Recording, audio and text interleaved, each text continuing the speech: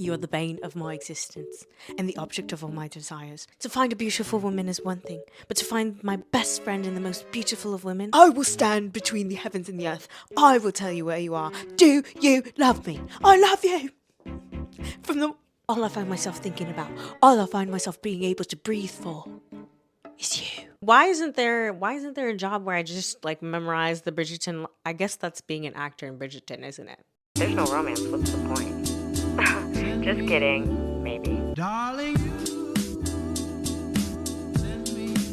Yo, it's Anne, aka Antagonist. Welcome back to my channel where we talk all things books, movie, and TV with an emphasis on romance. I had to hop on camera real quick to tell y'all what I need to see in Bridgerton Season 3. I actually put out a poll asking what video you wanted to see first, and this video won. So if you want to have more say in what videos are prioritized, please engage in our community tab. It's also a good way to see what I'm up to. Bridgerton Season 3, I've already reacted to the trailer on my channel. You can definitely check out that video if you haven't already. I did mention how nervous I was about this season, but I'm very excited because I've been pretty satisfied with the marketing. I think it's giving tea, and I'm not upset about it. But I'm gonna name all the things that I need to see in this season so that I can be satisfied, you know? I'll still be watching, like it's not really gonna change, but like at least I'll give you the accolades. I'll give you the flowers if you have all these things. I've come up with 8 things that I need to see in Bridgerton Season 3. So let's get into it. The first thing is Colin and Penelope having an actual friendship. Since Season 3 is a friends to lovers season, I actually need to see the friends part. And that means developing Colin and Penelope's actual friendship. I will die on this hill. I do not consider Colin and Penelope actual friends, especially in Season 2, because Pen idolizes and worships this man. Like, he could be talking about nothing, nonsense, dookie stuff, and she'll be like, yes, Colin. That's not a friendship to me, you know? A friendship is when you can truly be yourself, you know? That you actually have an exchange there. All I saw in Season 2 was Penelope mooning after Colin and Colin barely listening to her. I remember, this part like boils my bones. There's this scene in Season 2, episode 6, at the wedding episode, where Penelope's talking about purpose and like her purpose, and then Colin just... Lady Crane was right about you. Lady Crane? What did she say? That you cared for me. That you would never forsake me. I'm beginning to believe that now. Like, what was that? Were you listening? Like, what did that have to... Where's the correlation, the causation, how did you somehow make this about you as well? Like, side eye. I just couldn't. No. 2, serious development of both the character and personalities of Pen and Colin. I feel like with Colin, it's pretty obvious this man needs character development and a personality. I was actually a big Colin fan in Season 1. I thought he was such a sweetie pie. In Season 2, Colin, you need to come correct, because I was your big fan in Season 1. In Season 2, I couldn't even look you in the eye. Like, when his scenes would come on, I'd be like, oh, man. Like, it just gave wah, wah. Like, I did not want to see it. I didn't want to hear it. Because the worst thing that you can be, even worse than being unlikable, is boring. So I don't want none of that in Season 3. Colin, I'm gonna need you to have motive, purpose, dreams, just all the things that make up a person that we want to care about. Yeah, I'm gonna need you to have that. Now with Penelope, I think a lot of people would be like, what? Penelope's like one of the most complex characters on the show, la la la la. Yes, but also with her complexity comes a lot of confusion, okay? Penelope's really sweet, she's observant, she's cunning, but I've always had trouble marrying her personality outward with her Lady Whistledown persona, because I don't know what parts of her are real or what parts of her she's putting on. I don't fully understand or know who Penelope is, because she is not really allowed to be her truthful self with anybody in the show, if you think about it. Because with Eloise, she's sweet, friendly, and playful, but we don't see any of that, you know, confident, assured, business acumen girl boss side of her that she clearly needs to have to be a Lady Whistledown. And with Colin, she's like barely a person, and her family sucks. So it seems like Madame Delacroix might be the only person who gets to see all the facets of Penelope's personality. So I'm gonna need to see more of that with other characters, namely Colin, so I can ship them, you know? And that's a big part of Friends to Lovers is the two characters see each other fully and are familiar with each other, know each other in different circumstances, and choose to love each other anyway. So I'm gonna need to see the receipts.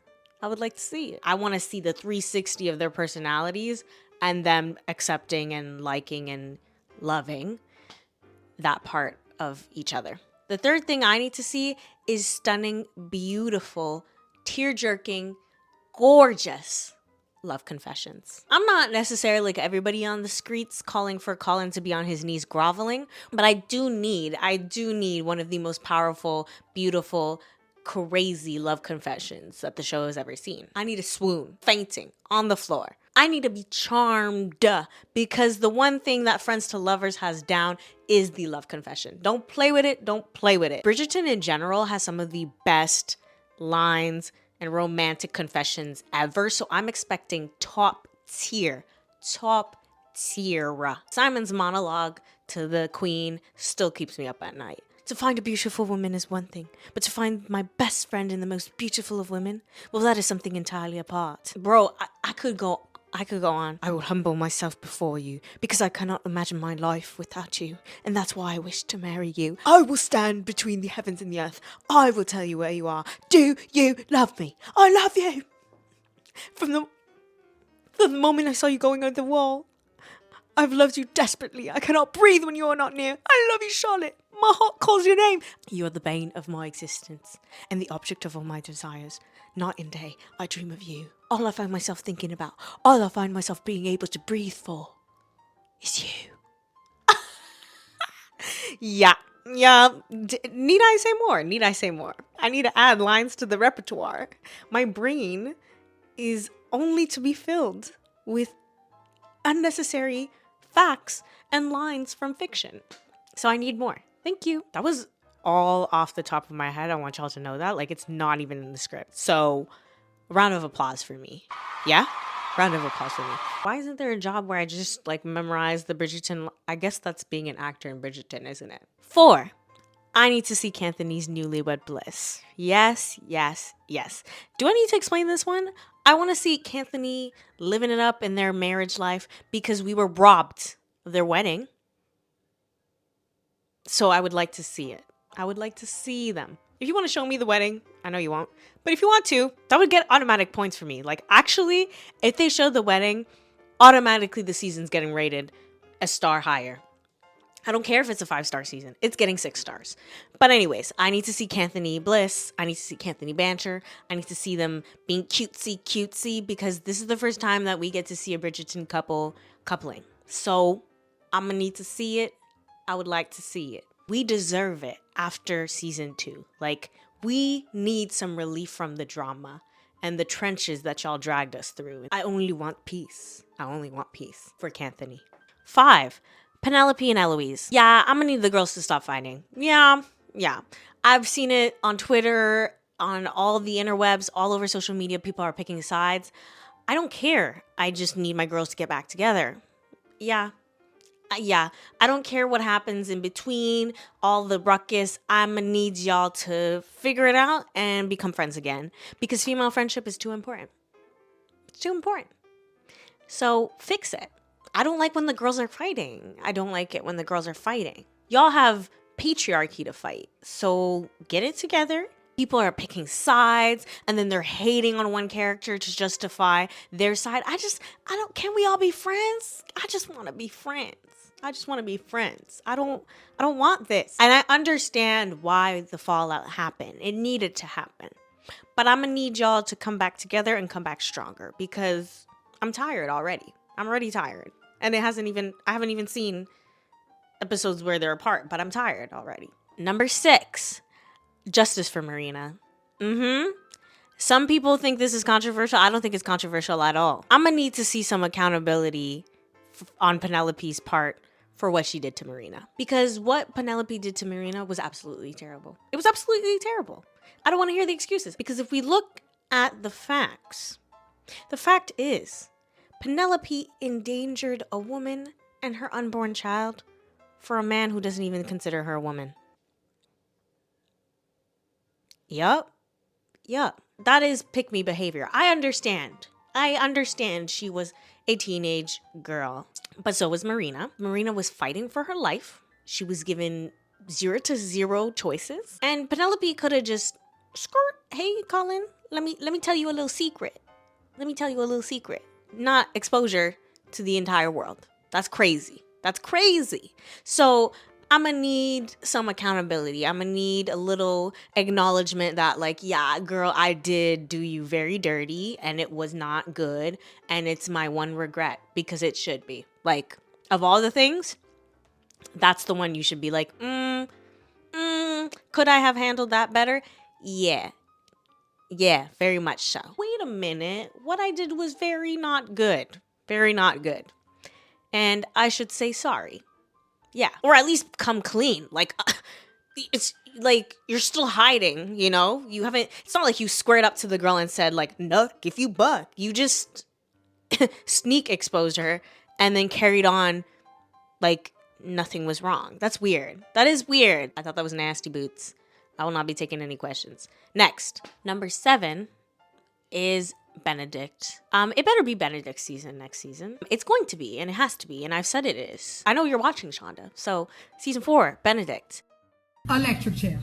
So I'm gonna need the story development to give. When it comes to Benedict, I think he's like the most endearing character, especially when he's interacting with his siblings. He brings so much lightheartedness, comedy, and also a lot of introspection. Like, a lot of them come to him for advice, or, well, they might even come to him for advice, but they end up getting it and they reap the benefits of his advice to his siblings. So I think that's really, really sweet. Outside of that, though, Benedict's plots have been pretty forgettable. Like, he be doing art, and it's cute, but I need more setup. So I'm hoping that this season will do that. And I want him to really come into his own so that it can be undeniable that his season is the season to be at. Because Benny Boo Boo Boo, your turn is coming. And the last thing that I need from Bridgerton season 3 is slow burn. It's no secret that I am a slow burn apologist. Yep. I love a slow burn like nobody's business. And a slow burn with a friends to lovers, gagged. I'm putting in your hand. I don't want to see a 180 immediately with Colin and Penelope, especially because they've done a really good job of showing how they don't make sense right now. You know, with Colin talking smack about her and Penelope not really being able to be herself around him. I need them to develop. I need it to marinate, okay? Do it well. I don't want them to all of a sudden just go into, like, you know, making out passionate, because I'm not going to believe that. I need that development. I need that slow cooking so I could be like, wait a minute. I see something. I see a flame igniting. And plus, I think it'll be so much more payoff. I know the girls are like, we've been watching them for 2 seasons, so, like, it's about time. Yeah, but also do it properly. And I think slow is the way to go. I feel like you can have them, you know, slowly being into each other. They're doing their little friends thing. I'm gonna set you up. Ha, ha, ha. And then he's like, ooh, jealousy, because of Mr. Debling or whatever. And it's like, ooh, build up. Ooh, I have a dream. I'm having dreams. Oh, screaming, crying, throwing up. Like, what's going on? And then Penelope's like, he's a weirdo. Like, what's going on? Confession. He gives a confession. These are my confessions. And then we get to see the juice. Like, don't give the payoff too early. I beg of you. Those are all the things that I'm hoping to see in Bridgerton season 3. Y'all tell me in the comments below if you agree. What do you want to see in Bridgerton season 3? Are you excited that there's like T-minus 2 weeks till we get what we deserve after 2 long years of waiting? Yeah, I'm just super excited. If you're into Bridgerton, you should definitely subscribe, because once the season comes out, there will be a whole suite of things to watch Bridgerton related. So I'm really excited. You should be excited too. And you should subscribe, because when you subscribe, you become, what? 99% hotter. It's true. I didn't make it up. I would never make up something like that. All right, I'll catch you guys in the next video. Bye. Darling.